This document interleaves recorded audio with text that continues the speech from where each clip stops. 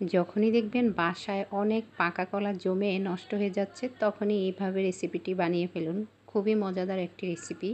আসসালামু আলাইকুম। আজ নিয়ে এসেছি পাকা কলার রেসিপি।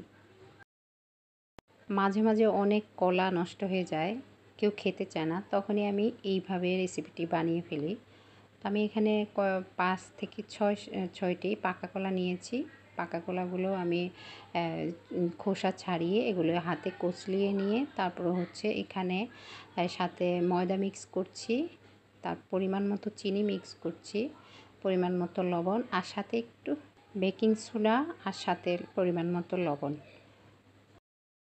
এবার আমি সব পরিমাণ মতো দেওয়া শেষ হয়ে গেলে তারপর হচ্ছে চামচ দিয়ে ভালোভাবে মেখে নেব, আর দেখব এটা সব ঠিকঠাক আছে কি না।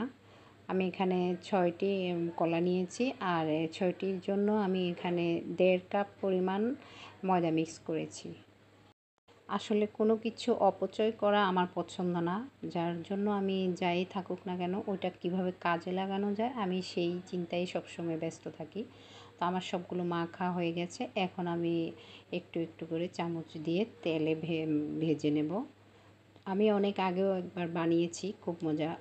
আবার ফ্রিজে রেখে পরের দিন খেতেও কিন্তু খুবই মজা লাগে এই খাবারটা। নর্মাল টেম্পারেচারে রেখে আপনি 3 থেকে 4 দিন সংগ্রহ করতে পারবেন।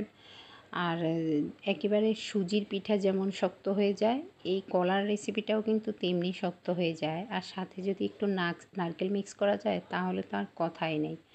তো আমার সবগুলো আস্তে আস্তে হয়ে যাচ্ছে। আমার সবগুলো হয়ে গেলে ঠান্ডা করে আমি ফ্রিজে রেখে দিব। 3 থেকে 4 দিন আমি এটা সংগ্রহ করে রাখবো। আর এমনিতেই খুবই দারুণ স্বাদ, কিন্তু নারকেল সাথে মিক্স করলে অনেক মজা লাগে, কিন্তু আমার কাছে এখন এই মুহূর্তে নারকেল নাই, সেজন্য আমি নারকেল দিতে পারি নাই। তবে অন্য একদিন নারকেল দিয়ে বানাবো, সেটা আমি শেয়ার করব। তো আজ এ পর্যন্ত। আল্লাহ হাফেজ।